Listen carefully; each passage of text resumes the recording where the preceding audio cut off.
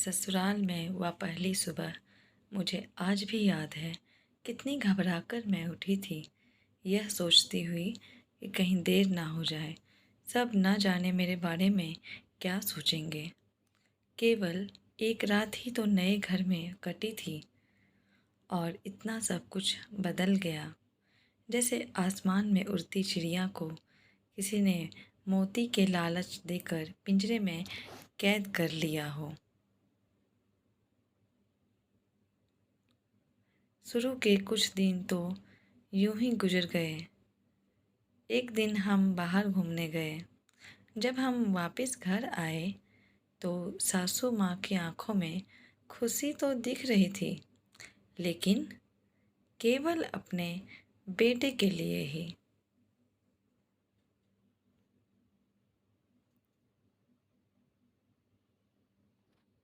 मैंने सोचा कि शायद नया नया रिश्ता है, एक दूसरे को समझने में कुछ वक्त लगेगा।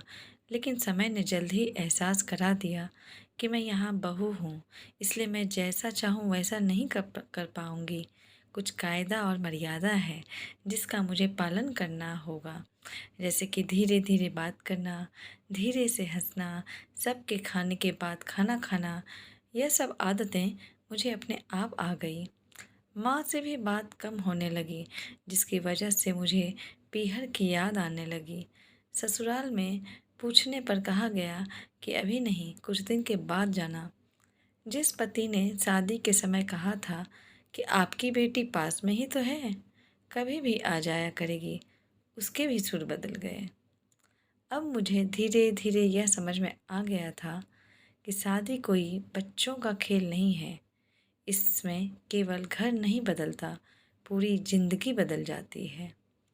अब मैं कभी भी उठकर अपने पीहर नहीं जा सकती, यहाँ तक कि पीहर वालों को भी मुझसे मिलने के लिए पूछ कर आना पड़ता है। पीहर में जोर जोर का हंसना, कभी भी कहीं भी चला जाना, रसोई में से कुछ भी उठाकर खा लेना, अपनी मर्जी का करना, यह सब यादें बनकर रह गई। अब मुझे समझ में आने लगा था कि क्यों विदाई के वक्त सभी लोग मुझे गले लगाकर रो रहे थे। असल में मुझसे दूर होने का एहसास उन्हें हो रहा था, लेकिन एक और बात थी जो उन्हें अंदर ही अंदर परेशान कर रही थी कि अब जिस सच्चाई से मुझे इतने दिन दूर रखा गया है, वह सच्चाई मेरे सामने आने लगी। पापा का यह झूठ कि मैं उनकी बेटी नहीं बेटा हूँ, अब और दिन नहीं छुप पाएगा, जो कि उनकी सबसे बड़ी चिंता थी कि अब उनका बेटा, जिसको कभी भी बेटी होने का एहसास नहीं कराया था, जीवन के इतने बड़े सच से सामना करने जा रही थी। वही माँ को भी चिंता सता रही थी कि उनकी बेटी अभी तक कोई एक काम भी नहीं किया करती थी, अब वह पूरे परिवार की जिम्मेदारी कैसे उठाएगी। सभी लोग मेरे इस विदाई और पराई होने का दर्द जान रहे थे, सिवाय मेरे, इसलिए वह सभी लोग रो रहे थे। आज मुझे समझ आ गया कि कौन उनका रोना गलत नहीं था। यह हमारे समाज का नियम ही है कि एक बार बेटी डोली में विदा हो जाए तो वह उस घर के लिए केवल मेहमान ही बनकर रह जाती हैं।